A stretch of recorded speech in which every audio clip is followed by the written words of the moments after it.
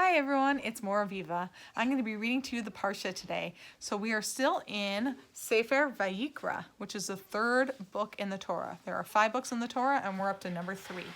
And this week's Parshiot, there are 2 Parshiot, it's so special. We have Parshat Tazria and Parshat Metzora. Enjoy. Parshat Tazria. Such excitement, so much joy. Mommy just had a new baby boy. His name, you ask? We don't know yet, but in 8 days we'll know, so don't you fret. A week after a baby boy is born, children go to the baby's house and say Shema and Hamalach HaGoel near the baby's cradle. The baby's sisters and brothers hand out sweets to all the children who come. The next day, when the baby is 8 days old, the mother dresses the baby in a white outfit, and the baby's sisters and brothers put on Shabbos clothes as well. Finally, amid the great excitement, everyone makes their way to the shul, where the bris is to be held. The baby's family is greeted by neighbors, friends, and relatives who wish him a hearty mazel tov. They stand around the tiny baby and admire his precious features. Soon, everyone is requested to be quiet, and the baby's father chooses someone to hold the baby. Then he makes the bracha, and everyone answers amen with much kavana. It is a very special moment, and everyone davens for the baby to grow up to be a Talmid Chacham and a good Yid.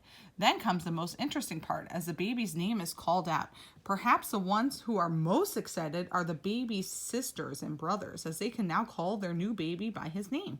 The guests wash their hands and sit down to a su'udas mitzvah. Eating by a bris is considered a very great mitzvah. Meanwhile, the baby, who has been crying nonstop, begins to calm down. A peaceful look comes over his face, and again the family and friends daven for Hashem to give him a good life. Can you take a moment to examine your mouth and the 2 guards that surround it? Do you know what they are all about? The lips on the outside, they act like a wall, while the teeth stand like soldiers, so proud and so tall. There must be a reason for all this protection. Hashem wants us to guard our mouths against a serious violation. Speaking Lashon Hara is a terrible thing. And if you don't keep it away, much evil it can bring. Our mouths are so holy. Our tongue is so pure. Hashem gave them to us for good things. Of that you can be sure. In the time of the Beis Hamikdash, a person who would speak Lashon Hara would be punished with saras. Eli met his friend Chaim in shul and told him excitedly, "Do you know what I saw yesterday? I saw Daniel in the grocery store taking a bottle of oil and leaving the store without paying." Eli expected his friend Chaim to be shocked, but he only said, "You just spoke Lashon Hara, and that's a big avera. Also, you shouldn't be so quick to jump to conclusions. Maybe Daniel was simply exchanging one brand of oil for another, and was therefore not required to pay." The next morning, as Eli awoke, he noticed some strange white spots on his body. He hurried to the Kohen, who examined the spots carefully and then said, "These spots may be saras. You must sit in an empty, closed room for 7 days, and then I will come to examine them again." Eli did as he was told, and for 7 days later, the Kohen was back. As soon as he checked, the Kohen noticed that they had become even larger than they had been. He said to Eli, "You must have spoken Lashon Hara, and Hashem is punishing you with saras. Since you didn't do teshuvah these past 7 days, the saras has spread. You are now tameh, impure, and must sit on your own, away from all people."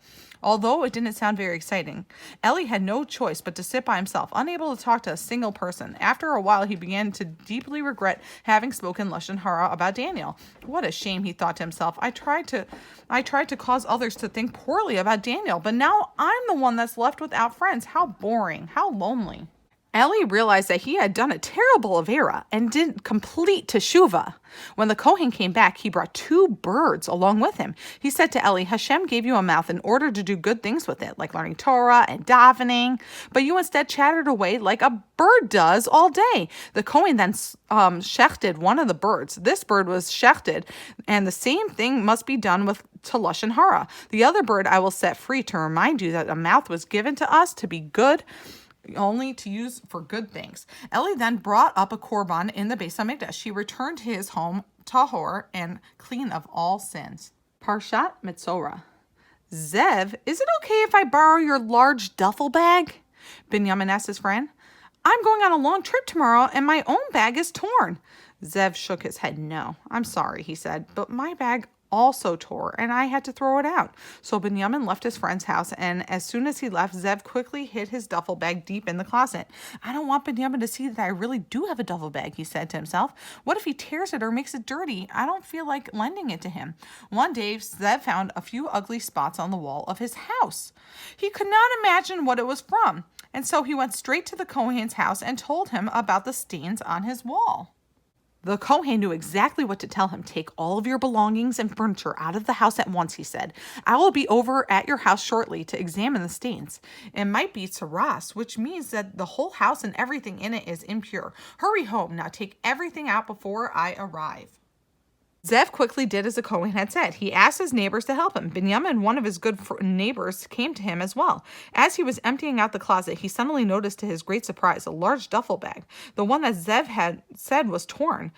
Binyamin was shocked to see that the duffel bag was in perfect condition, and of course, Zev was very embarrassed that his friend realized that he had lied.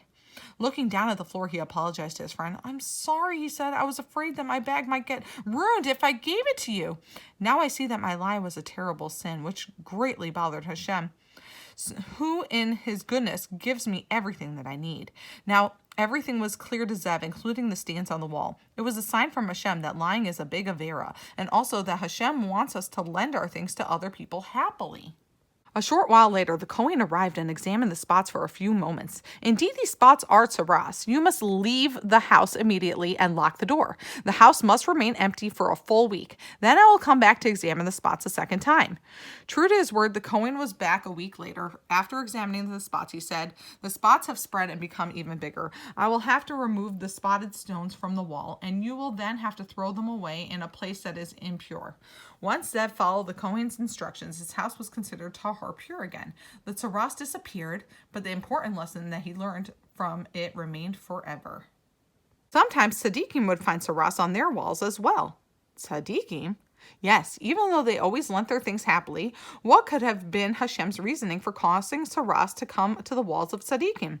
Before the Yidden came to live in Eretz Yisrael, many goyim lived there. The goyim owned many valuable things and much gold and silver, which they hid in the stones in the wall. Hashem wanted the tzaddikim to remove the stones and discover that all these valuable things, so he sent tsaras to the walls of the tzaddikim's home, even though they hadn't sinned at all. When the Kohen would come and remove the stones, the tzaddikim would discover the expensive items and thank Hashem for making them rich. I hope you enjoyed learning this week's Parsha. Shabbat Shalom, everyone.